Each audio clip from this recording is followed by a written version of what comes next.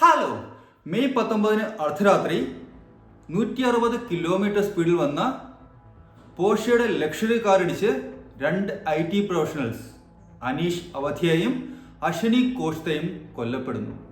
പൂനെയിലാണ് സംഭവം. കാർ ഓടിച്ചിരുന്നത് വേദാന്ത് അഗർവാൾ എന്ന 17 വയസ്സും 8 മാസവും പ്രായമുള്ള പയ്യൻ. ചെറിയ പുള്ളിയൊന്നും അല്ല, റിയൽ എസ്റ്റേറ്റ് ടൈക്കൂണായ വിശാൽ അഗർവാളിന്റെ മകൻ. കയ്യിൽ കിട്ടിയ ഉടനെ ജനങ്ങൾ അയാളെ നല്ല രീതിയിൽ പെരുമാറി പോലീസിനെ വിളിച്ച് അയാളെ ഹാൻഡ് ഓവർ ചെയ്തു. ജനങ്ങളുടെ തെറ്റിദ്ധാരണയായിരുന്നു പോലീസിനെ ഏൽപ്പിച്ചു കഴിഞ്ഞാൽ നീതി നടപ്പാവുമെന്ന്. അവർ മറന്നുപോയ ഒരു കാര്യം, ഇത് ഇന്ത്യയാണ്, ഇവിടെ പണത്തിനു മുകളിൽ നീതിയും നിയമവും ഒന്നും പറക്കില്ല. അവർ മറന്നുപോയ അക്കാര്യം തന്നെ സംഭവിച്ചു. മജിസ്ട്രേറ്റ് മുന്നിൽ ഹാജരാക്കിയ പയ്യന് 15 മണിക്കൂറിനുള്ളിൽ ജാമ്യം ലഭിച്ചു. ജാമ്യ വ്യവസ്ഥകൾ അതികഠിനമായിരുന്നു. അതെ, നിയമം നടപ്പിലാക്കാൻ ജാഗരൂകരായ നിയമവ്യവസ്ഥ ഈ പയ്യന് ജാമ്യം കൊടുക്കാൻ ഏർപ്പെടുത്തിയ അല്ലെങ്കിൽ നിർദ്ദേശിച്ച കാര്യങ്ങൾ അതികഠിനമായിരുന്നു. അതിലൊന്ന് 15 ദിവസം സോഷ്യൽ സർവീസ് ട്രാഫിക് പോലീസിനൊപ്പം. രണ്ടാമത്തത് 300 വാക്കിൽ കവിയാതെ ഉപന്യാസം ഈ ആക്സിഡന്റിനെ പറ്റി. 15 ദിവസത്തെ സോഷ്യൽ സർവീസ് പോലീസിനോട് പറഞ്ഞ് ഒത്തുതീർപ്പാക്കാം. ഈ 300 വാക്കുള്ള എസ്സേ എങ്ങനെ എഴുതും എന്നാണ് എൻ്റെ സംശയം. അതിന് എയുടെ സഹായമോ മറ്റേതെങ്കിലും വ്യക്തികളുടെ സഹായമോ ഈ പയ്യൻ തേടില്ലെന്ന് നമുക്ക് ഉറപ്പിക്കാം. കാരണം പയ്യൻ ചെറിയ പുള്ളിയാണല്ലോ. പയ്യന് വേണ്ടി വന്ന അഡ്വക്കേറ്റും വളരെ ചെറിയ പുള്ളിയാണ്. പ്രശാന്ത് പാട്ടീൽ എന്നാണ് പേര്.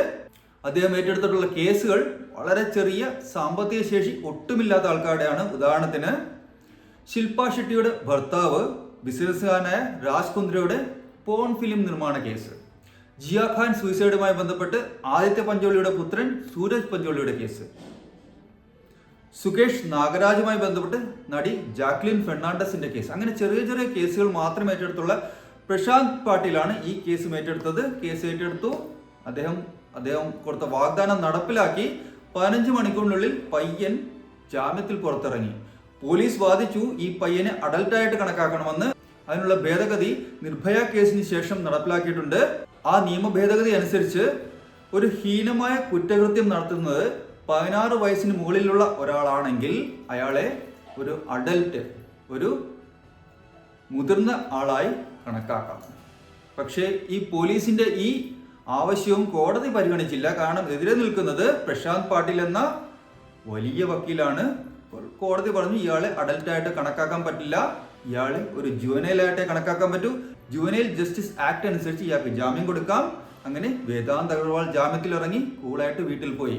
ഇനി 15 ദിവസത്തെ സോഷ്യൽ സർവീസ് എന്ന വലിയ കടമ്പയുണ്ട്. പിന്നെ 300 വാക്കുള്ള ഉപന്യാസം എഴുതാനുണ്ട്. വീട്ടിൽ നിന്ന് മിക്കവാറും ആ പയ്യൻ ഉപന്യാസം എഴുതിക്കൊണ്ടിരിക്കുകയായിരിക്കും. ഇവിടെ 2 ബാറുകളിൽ നിന്ന് മദ്യപിച്ചിട്ടാണ് അയാൾ പുറത്തിറങ്ങിയത്. അതിനുള്ള CCTV ഫുട്ടേജും പുറത്തു വന്നിട്ടുണ്ട്. ഈ ഫുട്ടേജ് പുറത്തു വരാൻ കാരണം വേറൊന്നുമല്ല, സോഷ്യൽ മീഡിയയിലെ റിയാക്ഷൻസ് തന്നെയാണ്. മുൻപ് സോഷ്യൽ മീഡിയ ഇത്രയും സ്ട്രോങ് അല്ലായിരുന്നു. അതുകൊണ്ട് തന്നെ മീഡിയയും പലപ്പോഴും പണം വാങ്ങി മിണ്ടാതിരിക്കുകയായിരുന്നു പതിവ്. പക്ഷേ ഇത്തവണ ഇപ്പോൾ സോഷ്യൽ മീഡിയ സ്ട്രോങ് ആയതുകൊണ്ട് ഈ പയ്യൻ നടത്തിയ കാര്യങ്ങളൊക്കെ പുറത്തു വന്നു.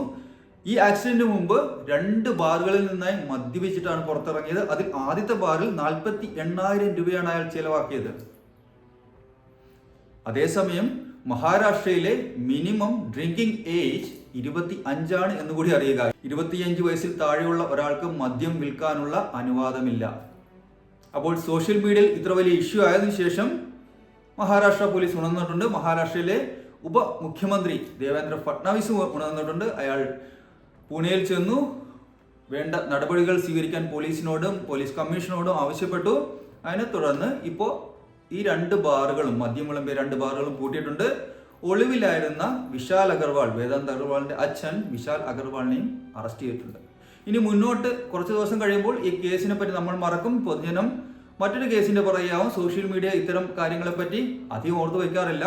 അപ്പോൾ ഈ കേസ് പതുക്കെ തീരുകയും ചെയ്യും. ഉദാഹരണത്തിന് 2002 നടന്ന ഇതേപോലെ ഒരു ആക്സിഡന്റ് കേസ്, സൽമാൻ ഖാൻ ആയിരുന്നു അന്നത്തെ പ്രതി. അന്ന് ഒരാൾ മരിക്കുകയും 3-ലേറെ പേർക്ക് പരിക്കേൽക്കുകയും ചെയ്ത വലിയ സീരിയസ് ആയിട്ടുള്ള കേസായിരുന്നു. അതിന്റെ കേസ് തുടങ്ങിയത്, അതിന്റെ വാദം തുടങ്ങിയത് തന്നെ 11 വർഷത്തിന് ശേഷം 2013 വാദം തുടങ്ങി അധികം കഴിയുന്നതിന് മുമ്പ് സൽമാൻ ഖാൻ കുറ്റവിമുക്തനാക്കപ്പെട്ടു. പറഞ്ഞത് സൽമാൻ ഖാൻ ആയിരുന്നില്ല ഡ്രൈവ് ചെയ്തിരുന്നത്, അയാളുടെ ഡ്രൈവർ ആയിരുന്നു എന്നാണ്. 2002 ഈ ആക്സിഡന്റ് നടക്കുമ്പോൾ സൽമാൻ ഖാന് ലൈസൻസ് പോലും ഉണ്ടായിരുന്നില്ല എന്ന് ഓർക്കുക. 2004 സൽമാൻ ഖാൻ ലൈസൻസ് എടുത്തത്. ഇതിനെതിരെ നിന്ന ഏക വിറ്റ്നസ്, ബാക്കി വിറ്റ്നസ്സുകളെയും ബാക്കി അവിടെ ഉണ്ടായിരുന്ന സാക്ഷികളെ എല്ലാവരെയും സൽമാൻ ഖാനും ടീമും വിലക്കെടുത്തിരുന്നു. ഇതിനെതിരെ നിന്ന ഒരേ ഒരാൾ ഒരു പോലീസ് ഉദ്യോഗസ്ഥനായിരുന്നു, ഒരു പോലീസ് കോൺസ്റ്റബിൾ ആയിരുന്നു. അയാളെ മുംബൈ പോലീസ് പോലും തള്ളിപ്പറഞ്ഞു. അയാളുടെ ജീവിതം നിഷ്കരണം താറുമാറാക്കി.